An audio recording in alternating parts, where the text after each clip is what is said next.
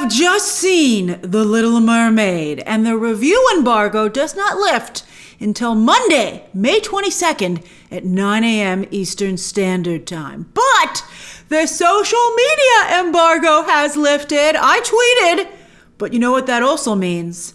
That means it's time for a business video. So while I can't review the film, I can share my thoughts on box office potential, Oscar chances, and where I see the online discourse going. So buckle up.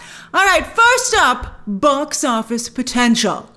The Lion King, Aladdin, Beauty and the Beast each made $1 billion, as did the first Black Panther and 2 of the Pirates of the Caribbean movies. So, now having seen the film, I'd always thought that Little Mermaid had a chance of making $1 billion. But now that I've seen it, I feel even more so that it will, because it's a mix of all these movies. Yes, this Ariel belongs as much in Adventureland as she does in Fantasyland, but she still has a fin in Fantasyland, which I think is crucial. "I want the fairy tale" is a famous quote from Pretty Woman, itself a mega hit. And this new The Little Mermaid is not only a remake of the 1989 animated blockbuster, the Frozen of its time, but it's a blockbuster fairy tale musical in its own right. That's incredible. I was not expecting that. More so than any other live-action remake from Disney. Fans of the greatest movie musicals will be enchanted by this film. Themselves, by the way, all those movie musicals did very well at the box office. People love a good musical. But it's also a milestone to see actors of color represented in this type of lavish wedding cake musical with all the classic trimmings. Back when the original Beauty and the Beast came out, story time! Back when the original Beauty and the Beast came out, I remember seeing it like 3 or 4 times as a little girl. And as my family, this is like a famous story that we have of going to see this movie. So we talk about it a lot. And I thought of it when I saw this film. So as my family was leaving after the last time we saw it in theaters, so at that point it was near the end of its run, it had gone down to the smallest theater they had, like this little postage stamp screen, and there were only a handful of us who had come out to see it. And as we were getting up to go, I think my family was saying something about having seen it a number of times, and this woman stepped forward and excitedly but aggressively asked us how many times we'd seen the movie. And we were like, I think we were like 3 or 4. And she was like, I think she said, I don't remember exactly the story, but she was like, I saw it 8 times. And her boyfriend sheepishly said, you beat another group of people, dear. Like she was doing this at every screening she was at. It was so great. And she clearly loved the movie so much. And she was an adult before Disney adult had become a term. So imagine the Disney adult factor today. And I just, I could see a lot of different types of people having that same love for this movie. So I think that the repeat viewing, the rewatchability factor for this movie is going to be insane. I see movies usually twice. Once at a press screening, and then I'll usually go with family or friends. But I actually have already, because this is such a big movie, it's coming out for a holiday weekend here in the United States. I've actually made plans already to see it 2 more times when it comes out in theaters. And I was a little nervous about that, but I feel pretty good about it now. Not only, I'm trying to be neutral here, but I'm telling you how I feel. Not only is it a classic movie musical, and a very romantic movie, by the way, great date movie, but also, and this was another pleasant surprise, because this element is totally missing from the ad campaign. Horrible ad campaign. They really dropped the ball on this.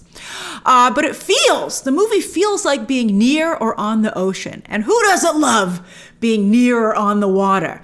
You can practically feel the salty, cool ocean mist, the warm tropical breeze. I could even almost feel and hear like that cool rope or netting that they have, like on bridges and near restaurants. It was just, or on boats. I mean, it was just, I really felt transported, which is what the most successful tropical weather movies have historically done. It really was, and usually I don't fall for that, but I really did feel like it was an escape. It was really lovely to be in the world of this movie.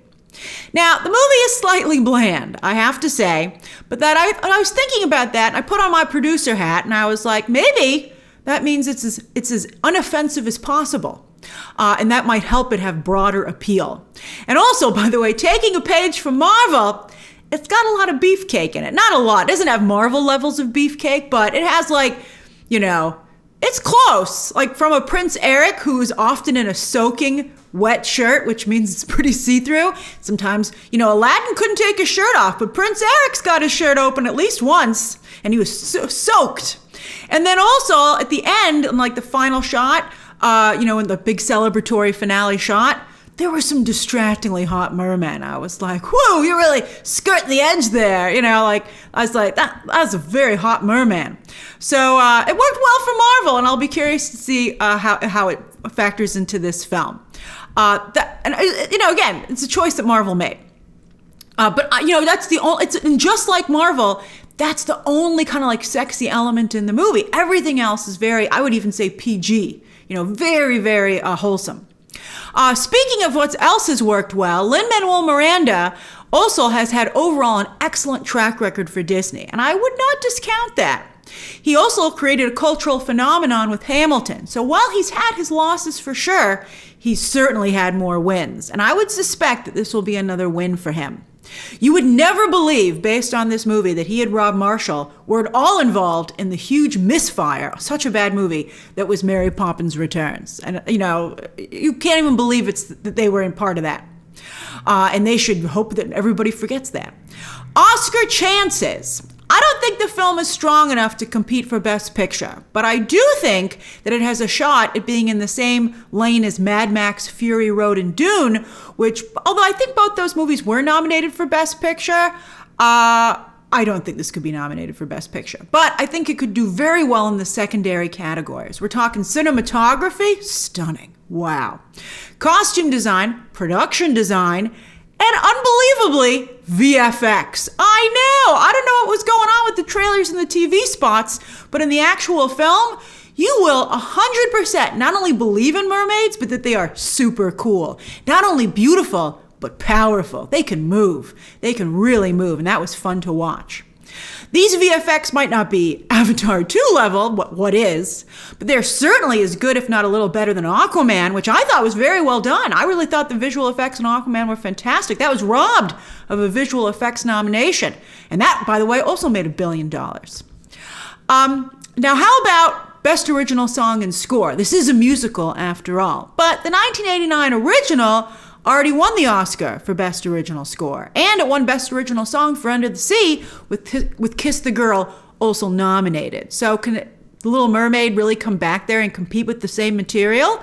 Probably not, but it has 2 new songs. That's probably one of the reasons they put in new songs. From Lin-Manuel Miranda and, of course, Alan Menken.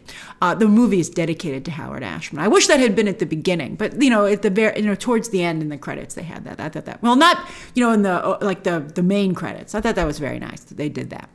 But anyway, well, actually there are 3 new songs. Lin-Manuel Miranda can't help himself, and he gets another rap in there, but it's Sebastian and Scuttle, and I think it's catchy. I think little kids might like it, so that's nice. But as for the 2 new legit songs, there's one for Eric and there's one for Ariel. And both are, I think, actually excellent and fit in perfectly with the original songs. I'm not a big music person, as many of you know, but while I enjoyed Ariel's song more, her new song more, Eric, I have to say, his song is grander and more classic. It's more sweeping, more epic. But again, I don't really, I'm not a music person, so I'm not quite sure which would be valued more by the people in the musical community who would vote for such for the nominations. So I will be curious to see which song people prefer of the new ones. But I think one of them at least, if not both, will probably be nominated. I mean, even though Eric's is grander, how can you not have Halle Bailey come and sing at the Oscars? All right, so anyway, any acting candidates? Well, when people were saying that Melissa McCarthy should be nominated for Ursula, I thought that was so stupid. But then I saw the movie, and I can kind of see it. Just for poor unfortunate souls for that musical number alone. I don't think she'll win. She shouldn't win. But I can see a nomination, especially considering that, unfortunately, it's very hard to fill the female categories every year. So why not put Melissa McCarthy in there? I think it would fit. It would not be a ridiculous scenario. I know a lot of you are very eager to hear how Halle Bailey does in the film, and I will definitely discuss that in detail in my review, and then even more so in my spoiler review. But for this video, I will say the reason I don't think she's a contender for Best Actress is that she's pretty still new to acting, and I think she plays it very safe with her role. But I think that was the right call to make sure she has the broadest appeal possible and that this really connects for her. I think she made good choices. I often will say that Disney doesn't look out for its talent. Disney in particular, all their different categories, but a lot of times Lucasfilm is like the biggest problem there. But I thought they really looked out for Halle Bailey here. I think they had her put her best fin forward for sure. And I will also say that I think a lot of little girls are going to start being named Ariel again, because not only does Halle make for a true Disney princess, but I think she's a fantastic role model in the film. Finally, online discourse. This movie's already been put through the ringer, and it hasn't even come out yet. Although, again, they do right by Halle Bailey in the movie, but the ad campaign has been absolutely awful for this film. Unfortunately, the movie is not beyond reproach. And as I said, it's a little bland at times. And I think taking out Les Poissons, and also Daughters of Triton is going to nag at fans. I can't believe they took out Les Poissons. I mean, I really like to hear the explanation behind that. I thought that was absurd, especially when you have Daveed Diggs as Sebastian. What the heck? And the movie's longer, but yet Les Poissons gets cut? All right, so anyway, that shouldn't be a deal breaker, but it's going to just nag at people a little bit. But this is no Strange World or Lightyear by any means. Strange World was really bad, just an awful movie. And Lightyear, while I appreciated what they were trying to do, it did not deliver the Buzz Lightyear that fans love. But with this movie, so I think that fueled the hate. And also I think it created a situation where people didn't defend those movies. But with this Little Mermaid, if anyone's hating on this, it's a reflection on them and not the film itself. In my review on the 22nd, I will tell you what I think of the film. But I will honestly say that while it might not be for everyone, and some people might prefer the 1989 animated classic, there is absolutely nothing to hate about this movie. Absolutely nothing. If anyone hates on it, again, that's a commentary on themselves. As for race-bending Ariel, I continue to stand by my comments that you can't have all these Caribbean musical numbers and a white Ariel. Here, they did shoot in Italy. All over the end credits, they're like, we're in Sardinia. And I'm like, it must be very pretty there. And I wish they hadn't done that, because it's going to give fuel to the haters. That really sucks. But anyway, maybe they wanted like the fairy tale element to the wide shots of the castle. But I mean, it's clearly in a Caribbean setting. It's like, again, as I said, Jack Sparrow could wander into this movie and he would totally fit. But come on, there are steel drums, loved them. And while the aristocrats in Eric's kingdom talk with a British accent, Trinidad was a British colony from 1889 to 1962. But a lot of the people, not the aristocrats, but the regular people of Eric's kingdom, they speak with a Trinidad accent, just like Sebastian does. So it would be ridiculous for a white Ariel to be in this environment. And truth be told, there are many moments when watching the movie where one has to wonder why Eric is still white instead of black or Latino, especially when the queen is black. It's sort of explained. There's kind of a mystery there, which they never really solve, maybe in a sequel.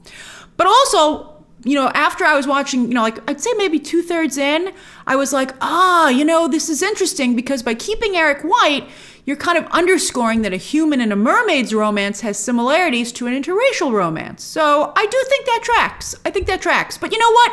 These things are all very subtle points. This is not a preachy movie whatsoever. It is there to entertain and sweep you off your feet, to remind you of the 1989 classic, but also bring you that Disney magic in its own right. So again, there is nothing to hate about this movie. You'd have to work at hating it, but unfortunately, we know that some people will. But it's engineered to be a crowd pleaser, and I think it is. And that's my business breakdown of Disney's live action The Little Mermaid. Be sure to come back for my review of the film on May 22nd at 9 a.m. Eastern Standard Time, where I'll share my own very detailed opinion on the actors, the sequences, no spoilers, and then of course full coverage when the movie comes out. We'll have a lot of fun with this. I would advise you though to get tickets. You should go. You should really go. And on the biggest premium screen you can find. They showed it to us on just a regular screen, but it did have Dolby sound, which was very nice. I was tapping my feet and dancing in my seat. But my tickets, I've purchased some tickets already to go see it again, as I told you, and I'm seeing it on premium screens. In fact, I've made a point to go and see it in IMAX because I think that could be really special. All right, so that's again my business breakdown. Share your early thoughts about The Little Mermaid down below. Subscribe today so you don't miss any of that coverage. And of course, as always, you can check out some more videos right now.